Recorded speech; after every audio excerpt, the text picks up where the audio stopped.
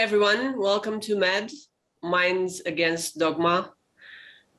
Today we're going to talk about hypnosis. And it's going to be the first part of a series of podcasts about hypnosis and the methods we are using with hypnosis. So I'm here with Joe Tabbanella, instructor of hypnotherapy, biofeedback, NLP. So Joe, tell us a little bit about hypnosis. This is one of those series in which two hypnotherapists walk into a bar. Tell us a little bit about hypnosis and how did you get into studying hypnosis and practicing hypnosis and teaching hypnosis?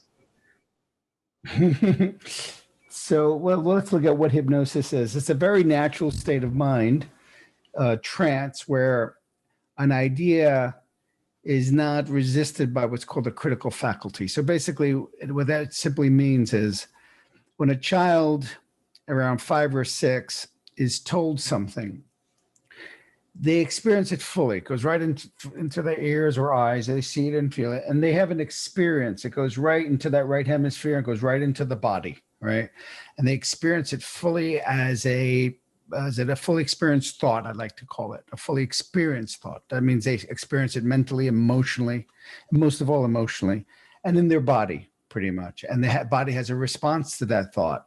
If that thought is repeated over and over again, it becomes a program based on an idea or belief or a way of being in the world through what's called the hedonic tone, right? Pleasure and pain, and whatever's pleasurable, the system seems to want to do more of, and whatever is uncomfortable, the system wants to avoid, and that becomes our programming in a nutshell. So all hypnosis really is getting back to that place of imagination play by overloading the left hemisphere, in a sense, this thinking mind, this familiar mind, the one that repeats thoughts and understands repetition and is automated and really deals with the world. So one of the ways in which we do this, a traditional way in which you do this, is watching a watch or something, or a candle. Actually, one of the after these sleep chambers they had in Greece, the most common way, or one of the common ways, was looking at a candle, a flame. You ever notice you look at a fire, you go into a trance? So what's happening is when we tell a client, look at this watch or the candle, it's very important for us as good practitioners to say to them, I want you to focus on this spot or the candle, whatever it is. It's called an eye fascination, which is the important thing to add is, I don't want you to focus on the thoughts. I want you to focus on the spot. Because when you have narrowed focus, you have a tendency to want to go into the existing thoughts, which are patterns that are familiar. And we want to activate that right hemisphere. So by going into the focus and you keep focusing, suddenly you start noticing something new in the focus. And suddenly you activate, in my opinion, that's where the right hemisphere gets activated, because it becomes novel, right? It becomes interesting, something new. And it starts seeing that. Now, if we take that awareness and now we take it inside, we're activating the right hemisphere in the body, or the parts of the body, the parts of the brain connected to the body, like the insula that governs bodily sensations. And so now our focus has gone from left hemisphere automated thinking and analyzing to this inner world that we haven't even been aware of. And what you focus on and how you focus on changes the nature of what you're focusing on, especially if it's your own internal experience. So as you start to experience something inside, your breathing, and you start to use your imagination, which again is more of the right hemisphere, and imagery, the body starts to be affected by this experience as if you're having a new experience. So what was unknown now starts to become known as it goes into the body and brain. So you're essentially taking a human being, an adult, and turning them into a 6-year-old for a moment, where everything is play. Everything is imagination. Everything is an experience that is new and experienced fully, which now becomes a memory, so to speak. And the problem that most of us have is our programming sometimes is resourceful when we're adults, and sometimes it's not resourceful when we're adults. And so as you change the programming through hypnosis, you get to have experiences that would have been resourceful that you didn't have in hypnosis as a fully experienced experience. And it becomes connected to the autonomic nervous system. It becomes connected to the seeking mechanism in the brain to seek pleasure, wanting more of it. Or it starts to desensitize what we couldn't handle, that was too intense to handle. We start to desensitize those patterns. So we're not trying to avoid that public speaking as much as we were before. And so we start having more pleasurable experiences, for example, around public speaking, rather than avoiding experiences, as an example for hypnosis, wanting to be a better public speaker. And so as you start reprogramming yourself, you actually have that experience. The perfect example of this is when I was in my 20s, I was doing a play, and we were supposed to promote this play on stage at a block party they were having, like a festival they were having. And we were going on the stage to promote it, and we weren't welcomed. I didn't feel welcomed. And I was terrified to get up there and promote our play in front of these drunk people on the street. But the woman who was playing the opposite part of me, playing my wife in the play, she was confident and she was happy to be up there. And I thought to myself, how is this possible that I'm terrified and she's excited about this? And simply when you look at her background, when she was younger, the family always looked at her as positive entertainment. Do the monkey, do this, do that. And so she would do these little shows for her family, and that was welcoming. So her nervous system learned through those experiences that people liked her just for being.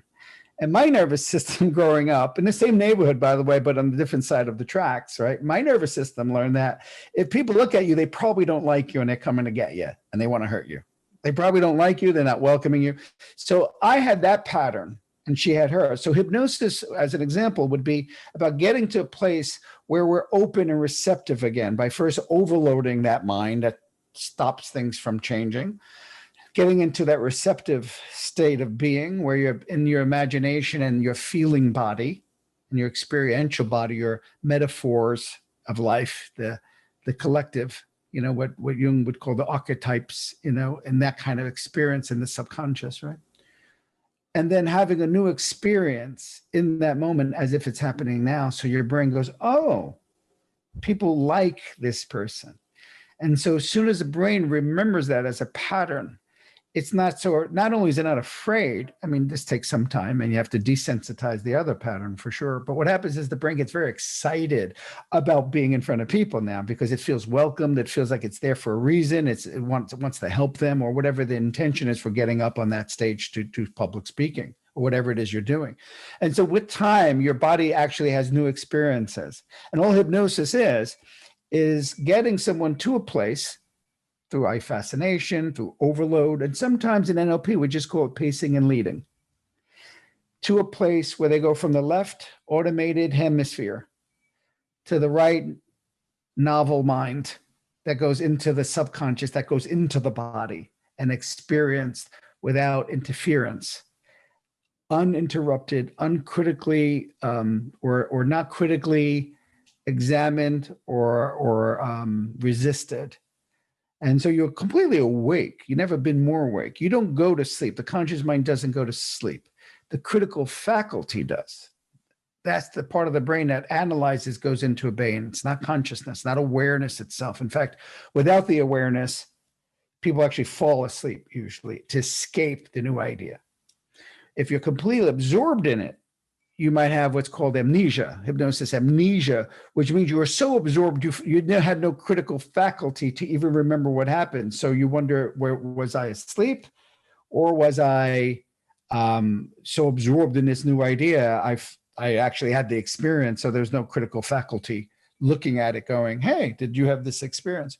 And so that's what we aim for as hypnotherapists, to get people to that place where they can accept ideas. Before we go into what exactly one experiences in hypnosis, I want to come back a little bit to what you were saying about the subconscious mind. And I want to speak a little bit about how that is formed and how that affects our life, because the subconscious mind is that automated part of the brain. And while every school of psychology nowadays would teach that there is no such thing as a subconscious mind, they all agree that there is some unconscious automated behavior. And we don't use that term because unconscious also has the connotation, a medical connotation, and also has a legal connotation. We use the subconscious because, as you said, in hypnosis, people are aware of what is going on. But we all talk about this automated part of our brain and our behavior as a consequence. So when you talk about that and you think about the things you do in a day, it has been measured that 88 to 95% of what you do in a single day, it stems from that automatic part of your brain and the automatic part of your behavior. That leaves, and especially more nowadays with everything that's technology and everything that's automatic, that takes care of what before needed the reason and the decision-making mechanisms. So that leaves 5 to 12% for everything that is reason, free will, decision-making processes, critical analysis, and all those things. So no wonder that when you think about changing a program, you are undermined in terms of the automatic behavior part, which is much stronger than the 5 to 12%. And this part also contains the defense mechanism, the primitive mind, which is fight, flight, freeze responses, which are meant to keep us alive. And we have those since time immemorial, since the first humans on this planet. And on top of that, in the few years of our life, we have this type of automatic programming that goes directly into the subconscious mind because the critical filter is not formed yet. So you have a lot to fight against, or a lot to, better said, reframe and rearrange and reprogram. So what we do in hypnosis is overload that critical filter and then let it open, so it will allow the positive suggestions to sink deep into the subconscious and rearrange the networks that are formed there. And as you said, there are many methods of doing this, and we use all of them depending on the persons we are working with. But also, when you think about how hypnosis came into being, was used way before hypnotherapists or way before stage hypnotists. It started with shamans. It was used in Egypt in the sleep temples. It was used in the oracles, by the oracles in Greece. There were similar methods in which people went into this deep trance, into their subconscious, and they came out with new answers to issues, new information, clarity, or even like healing came out of these sleep temples and these deep trances. Now, of course, throughout these years, it was sort of on the roller coaster, the hypnotic community, because there were claims that were not substantiated, and then on the other hand, there were things that were ignored that were actually scientifically proven and backed up. So with stage hypnotism and with everything that was going on even in the 1800s, hypnosis kind of got this bad reputation. Now, interestingly enough, nowadays there are research centers that are studying hypnosis and what it does to the body, the mind, and the behavior of a person. So it's coming back to the place where it should have been. And I want to talk a little bit about that because people are still kind of skeptic about, first, on one hand, the benefits of hypnosis, and on the other hand, the dangers of hypnosis. And you were mentioning when you were talking about amnesia, people are having this impression that when you're in hypnosis, you're basically at the mercy of the hypnotists to do whatever they want with you and consequences be damned, right? Tell us a little bit about that. Yes, the good question. I always find it fascinating that someone is coming to someone to help themselves, to give up smoking or to lose weight or to just kind of deal with anxiety in a better way or emotions in a better way. And they're concerned about being controlled. And yet, every day, the news, commercials, everyone is controlling. Every time you see that car with that brand name, you're going to want it even though you can't afford it. You're going to find a way to buy it even though you can't afford it. We're being hypnotized into ideas all the time that trigger an emotional response that makes us either avoid something or want something. Every time you see that beer, you're going to think, how can I watch football without having beer? Every time you see that beer, you're going to that brand, you're going to think, how can I watch football, even connect to somebody without having a drink? How could I even celebrate without having champagne? Every time you celebrate, you're going to need champagne. You're going to look for champagne. These are hypnotic suggestions. I'm going to stop you right there because I'm almost in hypnosis right now. So 1, 2, 3, 4, 5. Eyes open, wide awake. 5 right away. But that's exactly what happens to us all day. We're being conditioned into an idea that becomes a feeling that the body either likes or avoids. And the body starts to build this kind of connection to it. And then one day, there's like this critical mass happens in the nervous system. And then all of a sudden, you're doing it. For example, I've interviewed many people that stopped smoking with willpower.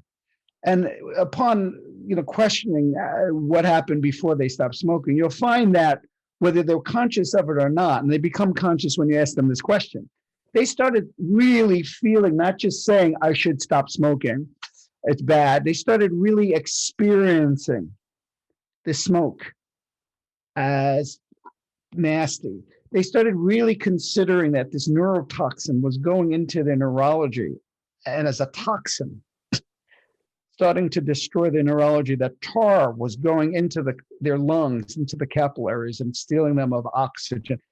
They started thinking about how many times they climb a flight of stairs and they can't breathe. And they even start to think about what it might be like to not have that problem anymore when they see somebody who doesn't have to leave the wedding of someone they love just to get a cigarette. They start to realize that the cigarette is not a freedom, it's imprisonment. That shift, all of a sudden, one day becomes wired enough to have the support and resources you need in your nervous system to just go, I'm done. Yeah, I feel a little uncomfortable, but you already had the support build over the past 3 to 5 months, slowly until that tipping point hit. And then suddenly you're done smoking. This happens all the time. And I've tested this on purpose for fun with coffee, by the way. And it took me 3 weeks for my body to just give up coffee without using any willpower, but what I like to call the power of the will, the willingness to let an idea in, which is hypnosis. And this is why when people put too much emphasis on hypnosis or NLP or the biofeedback, they're not recognizing that it's not the hypnosis that's the magic. It's your brain. Does hypnosis work? I don't know. Does your brain work? And the way the brain works is if you take in an idea, a mindful experience of something. What I mean by mindful experience, for people who don't understand mindfulness has 2 categories to it. One part of mindfulness is the hypnosis part. The other part is this acceptance and self-regulation part, right? Or the integration of unprocessed emotions by observing it. But the hypnosis part of mindfulness is the absorption of an experience when nothing exists in your whole body but that experience. So you feel it with every cell of your being. That mindful experience has become a new memory. But after around 12 or 13, there are not a lot of new memories, especially if we've been traumatized. The hippocampus closes down, and we're just having repetitive reactions to things rather than new experiences. And all hypnosis is relaxing enough to take in that new experience. So when you go to a hypnotherapist or you're doing self-hypnosis, all you're really doing is allowing that person to guide you into that suggestibility where the idea can be experienced. And the more you let go to the experience, the more hypnotized you are, or the deeper, we call it depth, the deeper you go. And the reason why you relax in hypnosis is because the more relaxed, the less the critical faculty kicks in, because it's designed for safety, to come up for safety. So the more you relax, the more you're going to absorb a new idea as if it's happening for the first time. So yes, there are some people that are so suggestible that every idea becomes a fully experienced, experience. And it's a smaller percentage of the population. But that's the same person that as soon as someone comes to their door, knocks on their door, and they just present the product they're selling with a flair to it, bring some emotional connection to it, that person's buying that product. So at the very least, at least they're going to someone who's going to give them suggestions they want rather than salespeople are giving them. And so you're selling them back on themselves with a positive intention. But again, you're not unconscious to the idea. You just have less critical faculty. And all that critical faculty means is that you're not critically analyzing how this thought is related to any other thought. It's just a thought by itself, which is interesting. And it's also, I mean, when that idea gets into the subconscious mind, be it through the experience within the body or through reanalyzing it with new eyes, because here it depends also on how the suggestibility of the person is. Like some people are more suggestible to things, to feel things in their body. Other people are more suggestible to the analysis. So, an over-analysis. So when it gets that new idea inside the subconscious mind, it re-triggers basically the arrangement of the network there. So it, instead of saying, okay, this new idea belongs here, it blends with the pre-programmed experience and says, no, we're going to shift this one. This one is going to belong here. Because the subconscious mind is basically like a self-actualizing program, like a self-actualizing network.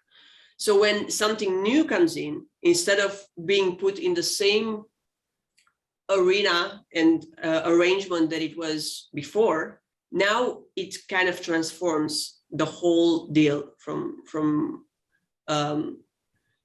it's top down and bottom up at the same time. So it transforms the way you actually deal with that information, which elevates the pre-programmed network that you had before in your subconscious mind. So to break it down a little bit, the first thing would be that type of control that the people are afraid. And you were talking about people that are very suggestible. We call them somnambulists. So one of the things you would do with someone who comes like you in this state, because somnambulists, we used to joke, they walk around in hypnosis, right? Is actually to dehypnotize them by making them less suggestible to everything else, and then more suggestible to, depending on what issue they want to work on, the suggestions given by the hypnotherapist. So this is one thing. The other thing is, what happens with amnesia? What if something does something to me and I can't remember it? So here you can speak a little bit about this too, but here one of the things is when we use it for therapeutic purposes, it's not always in our interest. Actually, it rarely is in our interest to put someone in a state where they wouldn't remember the hypnotherapy sessions, because what you want to do is give them suggestions that they then in their aware and awake life, they can remember and they can re-trigger those states and those feelings that are influenced by these suggestions. So that whole amnesic process is something that only rarely you would deal with in hypnosis. And again, when people are concerned about this, one can record the session, they can play it back and be very safe and very secure about what happens. There are, though, some things that we know are potentially dangerous, and that is confabulation, which is the imprint of false memory. And it has been studied since the 1800s, basically, when it was proved that, yes, that can actually happen. Someone can incept a false memory into someone else in hypnosis, which, again, it has to do with the same thing. Subconscious mind doesn't tell the difference between imagination and reality. This is why eyewitnesses are not so reliable as one may think. And also in the 70s, it was showed that when people are doing regression through inference, that can actually happen. Like people can have this memory inset. So how do you go about that? Well, there's two ways to look at it. One way to look at it is that your memory is not important. It's what happened because of your memory that's important. And those are two things, basically. There are four patterns that I like to look for that happen in the memory. And I'll get into what I do with the memory and why that's valuable to go to the root of the memory without doing hypnosis, which is, the first is that there are four patterns that occur that are pretty important to recognize in ourselves, that are part of the program because of what happened during a memory.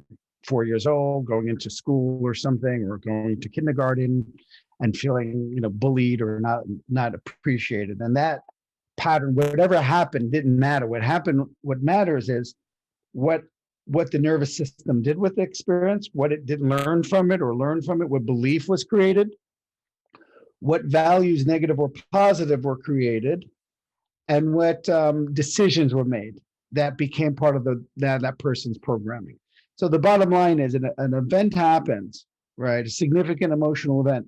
If we don't master that event and we don't, or aren't better for it happening, the brain kind of takes a snapshot of it, in a sense, right? And it holds it as an idea, right? It holds it as an idea with the very emotions that never were processed. So now, instead of dealing with the world as the problem, we're trying to avoid the emotions that we never processed and integrated. So we dissociate from those emotions by coping with the experience or adapting to the experience, right?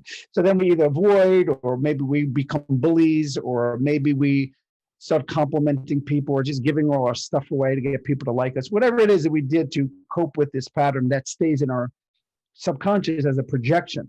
So we either create a belief, a decision. We have something that's important, but it might be negatively charged. And example of that would be, so my parents have a fit, my parents throw a fit because I don't get an A or something. And so instead of just processing that, and then in a sense, structurally and functionally, my brain body learns, oh, that's important. That's not an option, just like brushing my teeth. And then in this family system, education's important. And I get A's from now on. If I don't process that emotion, the values of getting A's or a higher education becomes a phobic response rather than a positive value. So we're always worried about not getting those A's. So even if we manipulate our world enough to get our values met, we never live up to them. If we're trying to be perfect all the time, rather than just making decisions to live up to that value, what happens is we become either phobic, I call it phobic-based learning, shame-based learning, or hurt-based learning. We didn't learn anything. We just have a fight-flight response to something we call education, or being pretty, or handsome, or losing weight, or whatever it is, rather than making a decision that this is important. That's how we learn, by not having an option, realizing something else, a better choice is better for us. And then we learn. But when you don't process the emotion, you never really learn. You just respond to the projection the rest of your life. And these four patterns are always happening in our subconscious mind. I found that every client has one of these four patterns that need to be addressed with the issue. Some have two, some have all four. But these patterns are always there.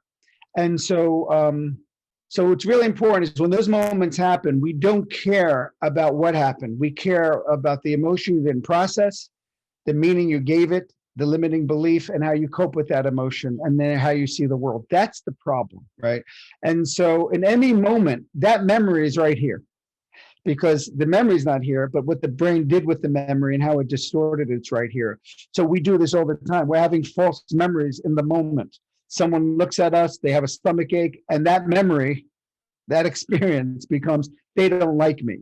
Well, how am I distorting someone with stomach ache, meaning they don't like me? Because it's remembering a pattern when someone had a face like that, and it triggered an emotion. And so my brain is looking for those patterns that never got resolved in order to resolve them, right? So the benefit of going to the root of a problem is twofold. One is insights and understanding what you did to cope and to choose a new way of coping is beneficial. And the other is that you access the body's resources, which means that you're able to access a state of being when you didn't have the problem, if you went before the event.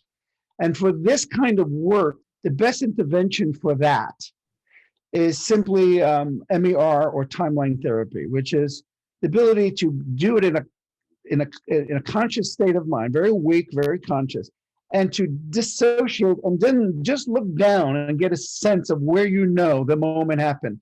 So you're not dealing with a memory, you're dealing with an emotion or a decision to give something a belief.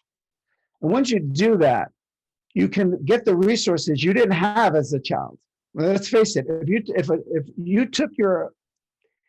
you were able to go back to your childhood, to a traumatic event, but 10 minutes before, someone who's very wise and caring and loving showed up with you and prepared you that something's going to happen in a moment, right? And I'm going to explain to you what's going to happen. And, mom's going to get very angry, but mom's very stressed about something right now. And she's going to be angry because something's being triggered in her, and you're going to feel scared at first, but you're going to realize it's going to be okay. You live through this, it's going to be all right. You would have a different resource. So by going up above, you're actually accessing a part of your body before the event. So that's why it's valuable to kind of cognitively remember the significant event, knowing that you've probably distorted it anyway, and you're not having a real memory. But that significant event, as you talk to someone, is stuck and is remembered, usually because it was so significant. Unless it was so traumatic, the person dissociated from it. And then that's when you have the problem of going into a false memory through hypnosis that you don't want to touch.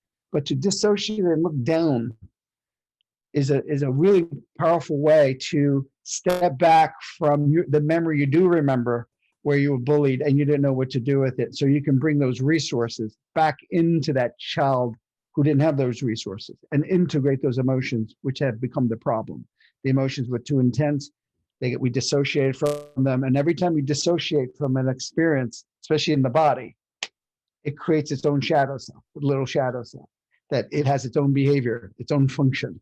And that's why part of us wants to lose weight. Another part of us wants to cope with the emotion by eating. Another part of us wants to be kind to our spouse or in the relationship we're in, but another part of us wants to attack and yell and scream. And so these are the parts that got separated because we never integrated the uncomfortable emotions. And instead we created limiting beliefs, reacted to those decisions. So for those memories, we're not interested in memories. We're interested in how you are perceiving your present moment, what's happening, and how you're distorting it. And in a sense, that is the memory that never got processed, that is distorted because of the perception you had. That's a very important point, and we're going to elaborate more on these methods that we're using in the future podcast. But it's important that you were talking about how you actually form a memory, because I've seen this like statistically with the people that I work with. The memory that has an emotional attachment is the one that is mostly distorted. To give an example, right, like if you were to tell from memory, even without being in hypnosis, like in the cognitive discussion, if you were to talk about a memory, if you are emotionally attached to it, you already know that you deleted the parts that didn't fit your belief system. We talked about this in our introductory podcast. You distort it to fit whatever belief system you were having, and then you sort of generalize it. And the generalization with itself brings this emphasis, and you basically inflate it to fit this universal, absolute model of your belief system. And I've seen that in hypnosis, people are actually more accurate about the things. Let's say you remember a traumatic event, more accurate about the things that were outside the critical processing, like colors and shapes and whatever furniture was in the room, rather than the event itself. That's emotionally charged because of the emotional attachment, and therefore is way more distorted. And one way to go about it, of course, like one method would be that type of dissociating from the event. Another thing is also working with the sensorial information that wasn't necessarily processed consciously. So in this way, you basically desensitize and reframe whatever other things were in that event that can act as triggers further down the line. Because everything that you kind of remembered, or everything that you, let's say, experienced, because remembering means that you already had some processing with it. Everything that you experienced sensorially in that traumatic event can act further down the line as a potential trigger. And we're talking smells, we're talking sounds, we're talking noises, we're talking colors. So you walk into a world in which everything is a trigger for everything else. So this type of, I call it neurosensorial programming, where you basically reframe the way you act with the information you perceive by your senses. And instead of taking it into the lower part of the subconscious, if I may say so, you elevate it. So now everything around you is actually a trigger, a positive trigger. Those colors, those sounds, those noises are actually in the positive way interpreted by your, getting interpreted by your subconscious mind nowadays. This is not to say that now you're not going to put your brake when you're seeing the red light on a traffic light, but you know what I'm talking about. Everything that was triggering you and going into that fight, flight, freeze mechanism can now be elevated to connect you to a positive state. And we do this in hypnosis: a positive state, a positive outcome, a positive goal, and all that. So people shouldn't be afraid about this type of memory distortion or like memory inception, because this is not what we're doing in hypnosis. And since we've been talking about this fight, flight, freeze mechanism, and you hear people always talking about, oh, I just got into my fight, flight, freeze.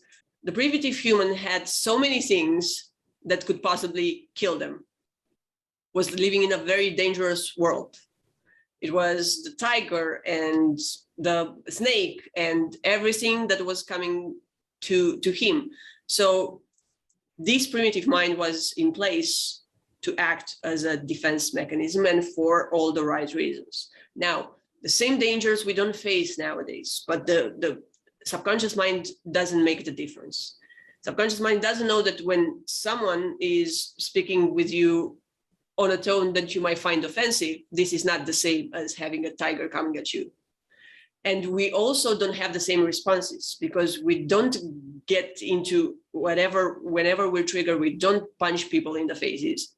We don't pack our bags and fly to Aruba every time we want to go into the flight mechanism. And we don't just freeze and wait for hours and hours and hours until all the triggering stimuli are out of the room or from our environment. So this mechanism have some implications, because we're not reacting to them the same way as the primitive human, and because we don't need them to act upon us as the same way as they would with the primitive human. So the fight is translated into anxiety. The flight is translated into depression, and the freeze is translated into procrastination. And these are some of the things that trigger many other issues with the modern human, if you want. How I see it is, when this interpersonal experience is happening with the parent, right? And it's starting to happen. That when a moment is intense and it's just too much, it's a flood, it's too loud, too fast, too unknown, too unexpected. And that novelty, that amygdala, right? That's really, some neuroscientists are calling a novelty response, right? Because it's just like, what is that? And that's especially in the right hemisphere. It's like, whoa, what's happening here, right? If that isn't resolved, that experience, then it remembers that like it would a snake. A snake, you're supposed to jump when you see it. It's a natural programmed response, a certain kind of shape. Even the color red creates a stress response on some level to pay attention, right, in nature. But now all of a sudden the parent criticizes us and we never fix that problem, meaning we never learned that that's what life is and there's no danger around it, because it felt like danger because we had to figure out it's not just about running from animals anymore or beating up animals, right? It's about fitting in. Well, I can't beat you up to fit in, right? So the alarm goes off as if, what do I do here? And if you can't run or fight, the alarm is useless.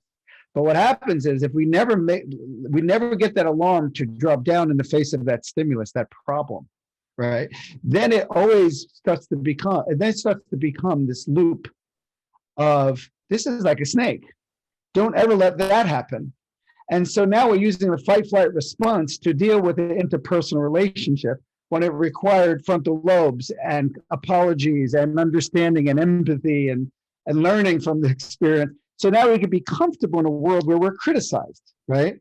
And so what happens is, as soon as that amygdala fires, it's just asking one of 4 questions, right? As soon as it fires, and we're in a stress response. First thing is, what is this? That's the first question, actually. What is it?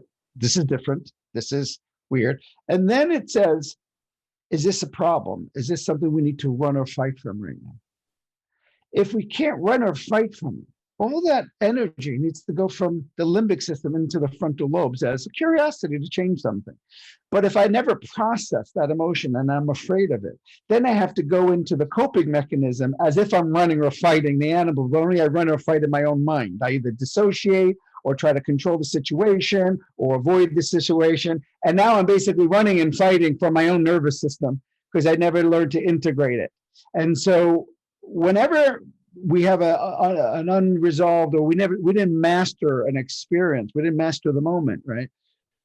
The emotions are always there because it's asking one of 2 simple things. Providing it's not dangerous, physically dangerous, where we need to run and fight. The emotions is asking one of 2 things. Do we finally accept this so we can relax? Or do we accept it and do something so we can change the situation?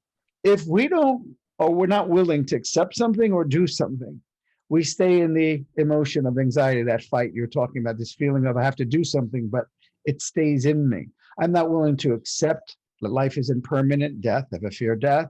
I'm not willing to accept that my spouse is not capable of intimacy or reassuring me, or that they're not capable of being safe and feeling comfortable. Whatever it is, that things take more time than I would like. If I don't accept something fully, my brain is still trying to fight this thing that I can't fight. And so it's like trying to stop a comet, all due respect, from hitting the planet. You can't do it unless you do it. Then you can go, I guess you can start working for NASA and figure it out and do a... I was just about to say, well, actually. Yeah, exactly. So then you release that anxiety. In that case, you accept that I'm not going to go trying to stop comets. So comet hits, c'est la vie, right? Or you decide, you know what? I'm going to relax and accept that, but now I'm going to change it. I don't like comets hitting the planet. I'm going to build these asteroid systems that have missiles that blow up the comet or at least change its trajectory. You know what I mean? Whatever it is, or laser. I can now spend my life purpose doing that. But if I don't do one or the other, like in a relationship, if I don't accept that this is who they are and just like it and be comfortable, even though I don't like it, right? Then I'm always in this anger, wishing, hoping, anger. And this is what happens with the law of attraction and the vision boards. People try to create by holding on to something when they're not accepting something first. And then so it becomes this, rumination and hope that doesn't change anything. It just becomes worse sometimes. And it's that process of understanding what the emotion is about that actually heals that ruptured moment with the parents that never was healed. And so now you can relax, but now that's a behavioral thing, not a reactive thing, not a fight, flight, blood to my arms and legs. It's blood to my frontal lobes, new understandings, new creations, new ways of dealing with it. That's the most important thing, because again, as you were saying as well, but just to clarify, we're not aiming to change the fight-flight response, Right. the freeze, the mechanism. We aim to change the response, but not the mechanism, because the mechanism is there to keep us safe.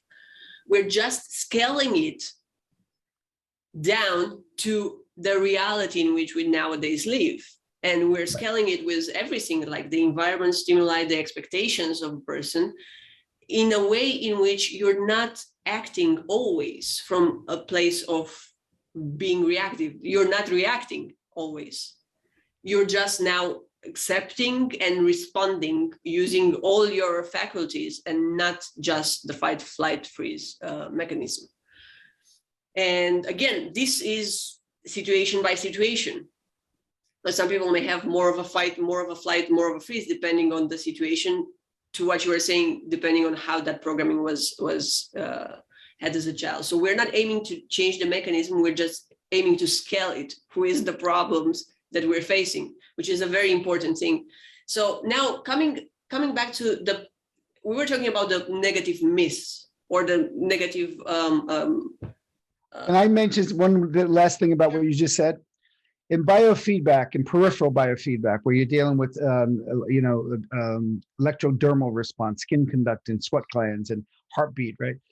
We say that it's not about being stressed. We get stressed all the time. Something happens, someone calls up, we're going to jump. It's how fast do we recover from that stressor is what matters. How fast do we go back to homeostasis? Do we start spinning in this recursive loop of now going into a panic, what the Buddhists might call the second dart of suffering, right? Or do we just come back down and go, okay, I've accepted that, now let's move on. And that's what we're aiming to do as far as desensitizing the nervous system to the response after the response, and so to see and condition the brain into saying, this happens, but now we do this when that happens, so we don't need all those extraneous or superfluous stress responses. We just do this now, and that changes everything, because a person starts going, oh, that was happening, it sucked, I had to do something about it, but the house was shaking, and I just got up and left, and like I didn't have to freak out, I didn't have to get flooded, So what were you saying? So exactly to what you were saying is how you recover from stress, but it's something even more, is like, how do you use stress? Right. I know that now we use the word stress as something that's always negative. So you also learn how to first recover from the negative side of stress, and then how to use the positive side of stress to learn to move forward, to come to better decisions, to rearrange your life. Because smoking, for example, to give the perfect example, in my opinion, smoking, for example, is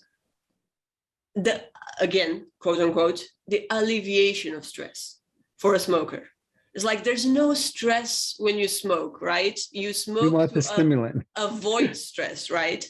Then you actually need stress to shake you out of that state, and you have to deal with stress then, because you want a cigarette and you can't have a cigarette, or you understood that it's better not to have a cigarette. So then you have to learn how to use this type of stress to your advantage to get rid of an addiction, for example. Like, just move from that state of non-action, when what you actually want to do in your life is take more action to reach your goals and your outcomes. And we're talking here about the positive action, of course, not the reaction. Well, that's what's called positive and negative structural tension, right? Right. There's a negative structural tension that most of us are living with that only moves because a negative structural tension is built so we can get away from a problem, meaning stress, right? And because of that, we get stuck in just avoiding problems. In NLP, we call that motivational filter, right? But when you start to visualize a future, compelling future, that creates the stress, because that system that you're projecting is in contrast with your present stagnant state. And that creates a positive structural tension to move towards it. But what happens is we're so busy trying to deal with the unprocessed traumas, little T's and big T's, right, in our life, that we never integrated that we forget they even use that. We learn to walk during that. We learn to talk during that. But then after that, we learn to maybe do A's and B's. But at one point, we just became these compliance machines. We forgot to keep putting an image in our minds, overcoming it, unless you're in sports or something and you learn it. But even sports can be trained through negative structural tension to some degree, meaning you better do this, run faster, rather than having a vision of what you would like, right? And so this is really important, and I believe is the core of getting out of depression and going. So depression is when the right hemisphere has got too much activity, and this is hyperactivity, left hemisphere. Left hemisphere is for the future and grasping. Well, if this is overactive, what's happening? Maybe the right hemisphere is trying to process this deep emotion, and it's not processing it, and there's no solution. And this is why when people come to me for a goal, they usually think about a goal that will give them what?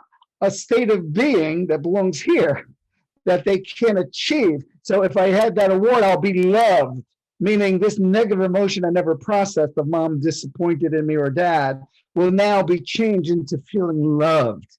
And so when you process that emotion and you imprint the proper emotion of what you wanted and feel the safety, which is the absence of the negative emotion, then the dopamine centers, or I should say, the dopaminergic patterns that are more abundant in the left hemisphere that moves towards goals, right?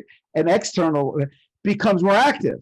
And that's when it's too active, it's mania, right? Too excited about what I need and want, right? But if it's nice balance, if it's a little bit more active and this is a little less active, you got a nice balance. But when this has too much activity and this have not enough activity, you're probably stuck in emotion that you think a goal, hope and wish, and vision boards and prayer will get you to get out of this negative emotion. And it leads to integration, processing, learning, releasing, and then intending a new decision to create a different future, not by changing the future to change your state. And that's what big component of NLP. Like state is a state and an intention is an intention. And I believe that that's the reason, because that's how I got myself out of my depression. I was feeling helpless and I felt depressed. And then I thought about what I wanted, making me more depressed. And then I internalized what it would feel like if I had that now. And I processed all the sad emotions and fear emotions that had to do with life when I didn't process having what I want or not feeling safe, until the positive state became the dominant pattern, while the negative state continued to be desensitized and processed. And then all of a sudden, I felt this moving, positive structural tension moving towards what I wanted externally, but what I had already internally as far as emotionally. Does that make sense? That makes sense, but now we're moving a little bit towards the NLP, and I know that we use this is like we're having these eclectic modalities when we're doing hypnosis, because we use a little bit of everything. We're using so many other modalities with hypnosis, but I want to stick a little bit with hypnosis here. We're going to have a podcast on NLP and all those, like elaborating these methods, but I want to stick a little bit with hypnosis because I want to go now to the other side of the myths and misconceptions about hypnosis, where people overestimate what hypnosis can do for you. And I'm speaking as a person that thinks that actually hypnosis can help with so many things. And we don't even know the limits of what hypnosis can do and the subconscious, but still people have these expectations sometimes that hypnosis is do this to your subconscious mind and all is gone and life is different and happier again just in one moment. And sometimes it can happen like this, but sometimes you need a lot of work, because when you think about the programs in your subconscious mind, those were reinforced over and over and over and over again throughout your life. And sometimes when everything is in alignment, like your conscious mind with your subconscious mind, with your understanding of things and the work you want to do, one session with that perfect suggestion is all it takes, depending on your suggestibility. Sometimes this defensive self-actualizing network, it needs a little bit more work. So it's also not what the hypnotist does. It's not just what the hypnotist does. It's also how the person is responding, and it does the work that needs to be done. So I want to talk a little bit now about that overestimation of what hypnosis can do for you just like this. And oftentimes people come, like you're saying before, it's so beautifully put. It's either people don't believe it or don't trust it, as if their brains don't work, as if there's some kind of magic, or they believe so much in the magic that they just want it to be so simple and easy because the brain is an efficiency machine. The body, the subconscious, it doesn't like change unless there's a desire, high values, not an option, or something really important. It doesn't like to change, and changing means it has to burn glucose and it has to burn energy. It doesn't like it. So we'll resist it and it'll play tricks. It'll say like, oh, this will be great. I won't have to feel anything or experiencing anything new. I'll just go to someone, I'll hypnotize me, and I'll suddenly have a new lease on life and everything will be great, without willing to really feel that new experience in their cells, and therefore let go of all the patterns that were resisting them from actually considering that new thought fully, right? So that's the resistance. And so one of the reasons why this happens, in my opinion, is if you see someone on a stage show, or even if they were on a stage show and someone was highly hypnotizable and they pick the right subjects, and you say your hand is stuck to your face, you're like, my hand is stuck, this is amazing. Like, or someone who's a little shy suddenly through hypnosis, because the default network goes into abeyance and goes to sleep, and you're not watching yourself, so you're absorbed in being a chicken or a confident person, or you're up there on stage and you'll see looking sexy or confident. People are like, wow, I know you. You've never been, confident like that. Well, that idea, as soon as you go home, if there's a deeper structure that my sibling that I live with, or my parents being too confident meant they wouldn't like me, they pull away their love, or even attack me, then as soon as they go home, that bigger suggestion will usurp that suggestion. It'll just take right over it, and they won't be confident anymore, right? And you could do the same thing in any office, even a hypnotist who just learned hypnosis after maybe a week or two can get anyone to be so disgusted by a cigarette that they cannot even smoke it in their office.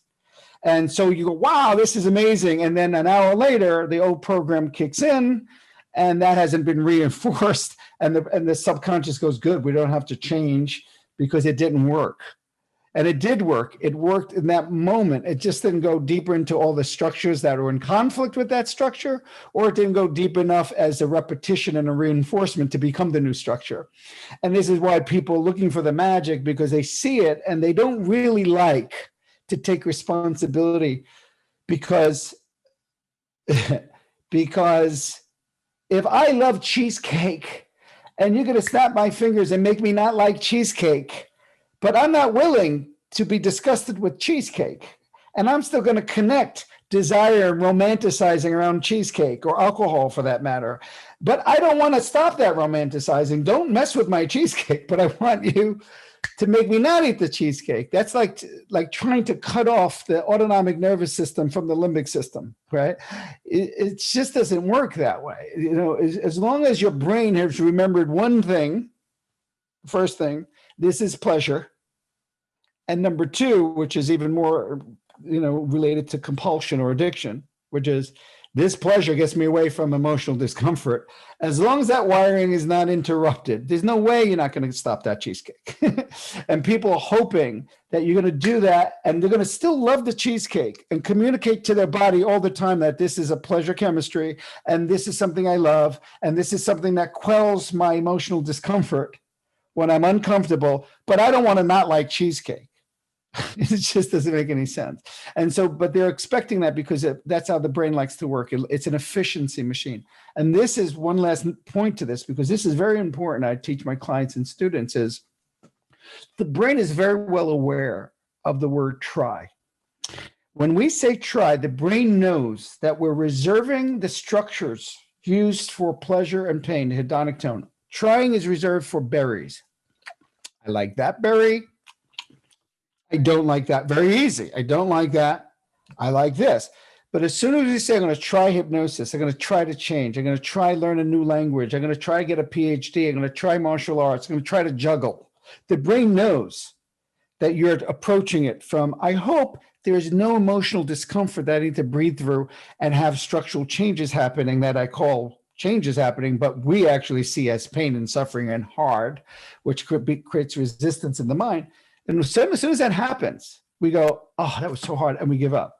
But when you make a commitment and you make a decision that there's nothing's an option but learning that language or losing that weight, what happens is the brain knows and expects change to happen because you made it important. It knows that you're expecting to do hypnosis every day for 3 months, whether it happens, works or not. You're making a decision. Then the brain knows that the discomfort you're feeling is something you want because that's called change happening. And all discomfort in the body, brain, and in life, any structural tension is change happening. That's how an invisible seed of thought form that has a whole tree becomes a tree through structural tension. The greater the tension, the stronger that tree is going to grow and become physical version of that idea. Well, when you're taking an idea, that's change starts to happen.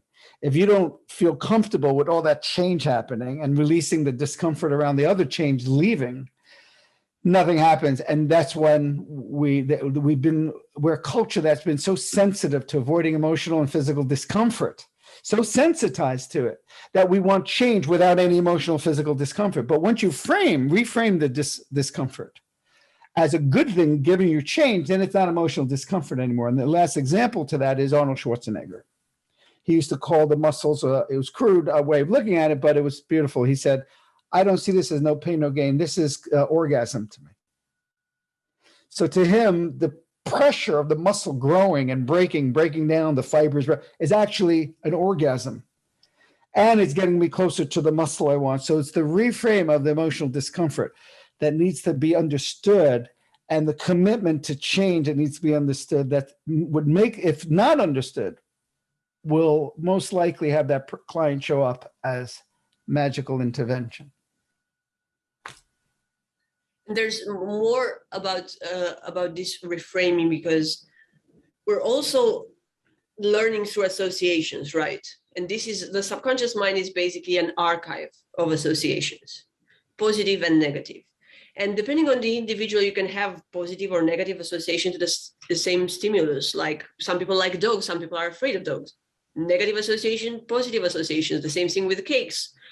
The thing is, that association has been reinforced over and over again, that it becomes something natural. You don't even think about the cake, whether you like it or not. Oh, do I like this cake or do I don't like it? It's natural. It's the response is there, is the positive association that kicks in automatically. So when you're doing this reframing, think about all the times that association has been reinforced. Now you're trying to reframe it and say, oh no, this positive association with the cigarette is now a negative association. And this negative association with dog that scared me when I was a child is now a positive association, you know? So this is done through repetition. It's reinforceable, and you have to reinforce it like all over and over and over again to change this this whole system. And one of my favorite sayings is that when you change the way you look at things, the things you look at change. Now that is easier said than done, right? Because what you have to do is basically work on changing and reframing these associations that your subconscious mind has had for as long as you can remember, and a little bit further longer. And this is not usually done like this. So we've covered kind of the myths and misconceptions with hypnosis. There's one more thing that I like to say, because we're talking about, again, fight, flight, freeze. And in the media, sometimes it has been depicted as, again, a mind control and a brainwashing type of technique. And we covered this previously. But there's also one point that needs to be mentioned. Even with the somnambulists that get to do things on stage that like bark like a dog, that is not, to the system, that is not registered as a death danger, or a danger so hard that the whole system would kind of react against. So you can't make someone kill themselves or kill someone else in hypnosis. I'm thinking now about some movies in a hypnotherapy session, because that if that goes against the system of the subconscious, which has one major goal and one major job description, which is to keep the system alive at any cost. However, there have been studies and reports, and when with, again, hypnosis plus desensitization and sensorial sleep deprivation and sensorial deprivation, that's a brainwashing thing that hypnotherapists do not do. It's not in their interest. I mean, why would you want your clients to kill themselves, right? Yeah, and that's why there's some truth in it, and then it becomes the fear. For example, you can, if you tie someone down, and for like Clockwork Orange kind of stuff, CIA kind of stuff, and you have a recording going 24 hours a day, and through sleep deprivation, certain food restrictions, right? And that critical faculty starts to, and you force them to listen to something over and over again, which is probably what the CIA has done in their MK Ultra experiments. That's, of course, that would happen. But we're seeing them once a week. We're talking about feeling more confident with themselves. And unfortunately, they don't do enough of their own brainwashing. We got to tell them, did you do a recording? I didn't. I thought you wanted to change, and on that note, I find that it's more difficult. I mean, I think a hypnotist's job is really about helping a client understand all the defenses to why the brain will try to stop them from this thing that they came to us to change. It will, and why it will stop them, and what to look for so they keep going rather than just give up, or as soon as the change is about to happen, those defense mechanisms kick in to stop the change and says, oh, you see, it didn't work. Plus, the hypnosis state itself is not perpetual. Like, even if someone would hypnotize you and forgot to wake you up, right, after a while, it's a depreciation, has a depreciation time in which after a while you will be back to where you were in terms of like being aware and conscious. So now that we kind of address these myths and misconceptions, let's talk more about hypnotherapy and where can you use hypnotherapy? Like, how do you, we're going to have a couple of podcasts on how exactly, like different methods, combining them with NLP, with like Ericksonian hypnosis, all these modalities.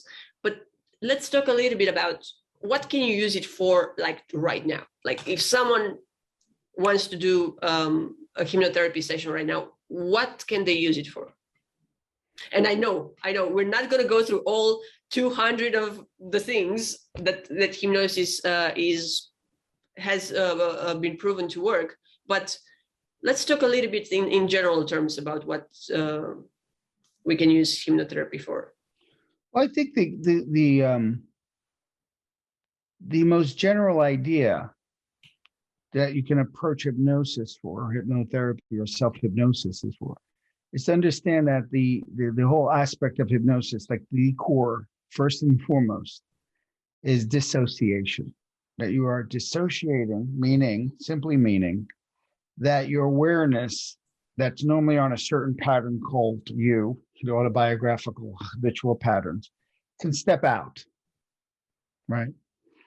And whatever you're trapped in, whatever thought, emotion, idea, pattern, you can step out of and just start considering another pattern, whatever that is.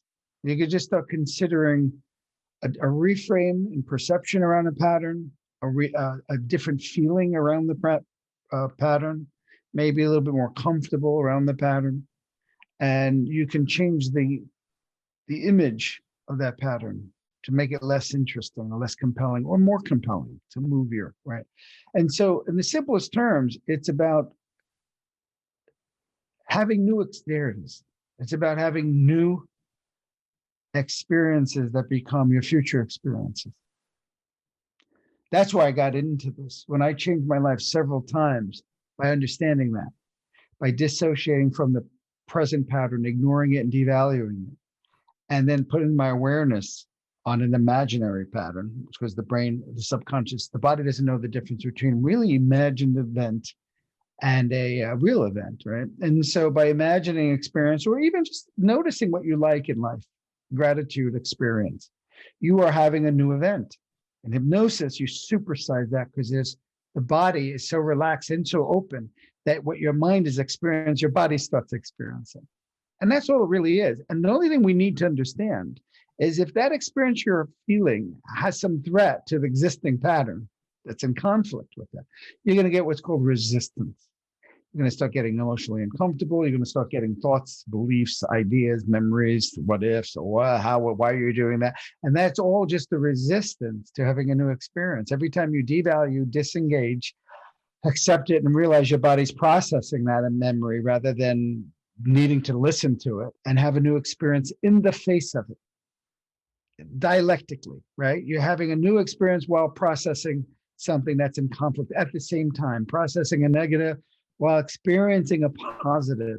That begins change. And if you're committed to that, and here's the trap, if you're committed to that, whatever that is, like how you want to feel about food, how you want to feel about smoking, how you want to feel about waking up in the morning, exercising, whatever it is, the trap is, as soon as you do that and you think that is going to change, that's when the critical faculty, that part of the brain that doesn't want change, goes, didn't work. But if you reframe even that as something you're experiencing because you're in charge for that moment in self-hypnosis of that experience fully, and that's your intention to experience it, and then you let the autonomic nervous system do its job as it starts to wire more seeking wiring rather than avoidant or whatever it is, that wiring that's changed, more dopamine to move towards it rather than avoidance, fear, right? As it starts to do that on its own, suddenly you'll find yourself doing things and you'll think to yourself, oh my God, that's right, I'm more creative. I don't think of myself as creative, but I just realized today I was doing something, I was very creative. I never saw myself. And it happens only when it's really done well, it happens only in hindsight that you know the change has taken place, or someone tells you, or you realize that you didn't have a cigarette today for some reason, or you forgot to make coffee that morning or have a cigarette in the morning. That's when it's really cool, because that's when you become it first. And then the body and brain, the automation now has to catch up to what you've become. And there's that tipping point where the wiring changes. And if you stay with, I'm just choosing this anyway, that's how you override that tipping point from stopping you and go over that tipping point. Because it will that tipping point will say, are you serious? Didn't work. You're still doing this? And when you do it anyway, keep experiencing a new experience while disengaging from the old, that's when the change happens, when it's supposed to resist you from happening. It's so interesting, Joe. Usually the one to bring me back from the abstract and into the concrete world with practical examples. Now I have to do the same thing to you. And since we don't have time now to go through all the practical examples for which we can use hypnosis, next time in our podcast, we're going to talk on some specific cases where we can use hypnotherapy for, and go maybe through some of the modalities that we more concretely use in our sessions. Thank you so much, everyone, for being met with us once again. I'm Sinziana Paduroiu. I'm Joe Tabbanella, and we're mad. See you next time.